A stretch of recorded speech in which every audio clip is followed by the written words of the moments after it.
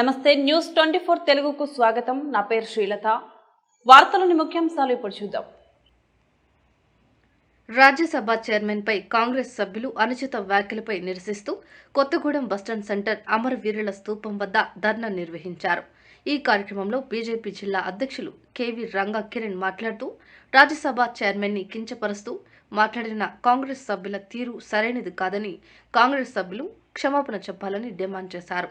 ఈ కార్యక్రమంలో బీజేపీ కార్యకర్తలు భారీ సంఖ్యలో పాల్గొన్నారు। మన ఉపరాష్ట్రపతి గారిని అవమానకరంగా మారడం అనేది ప్రతి ఒక్కరికి కూడా అవమానం। దీన్ని భారతీయ 140 కోట్ల మంది ప్రజలు కూడా వ్యతిరేకిస్తున్నారు। ఈ విషయాన్ని రాహుల్ గాంధీ గారు ఆత్మావలోకన చేసుకొని వారి క్షమాపణ చెప్పి వారి విజ్ఞతను ప్రదర్శించాలని ఈ రకంగా కోరుకుంటున్నాం।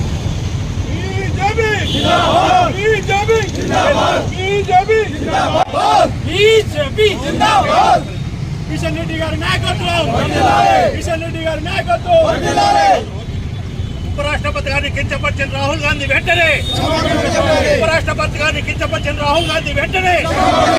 మన భారత ఉపరాష్ట్రపతి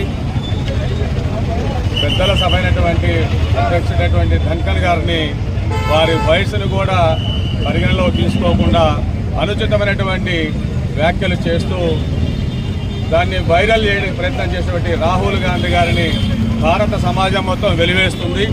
ఆ వెలివేసే క్రమంలో భారతీయ జనతా పార్టీ కూడా వారు బేషరతుగా క్షమాపణలు చెప్పాలని కోరుకుంటూ ఆ క్షమాపణ చెప్పే వరకు కూడా భారతీయ జనతా పార్టీ నిరసన కార్యక్రమాలని ప్రతిరోజు చేసేటువంటి కార్యక్రమాన్ని కార్యాచరణ చేస్తున్నాము। అలాగే ఈ భారతదేశం యొక్క పరువు ప్రతిష్టలను కాపాడే విషయంలో కాంగ్రెస్ పార్టీలో ఉన్నటువంటి యువ నాయకుడైనటువంటి అతను అనుచితంగా చేయడం ఆయనకే అవమానకరం।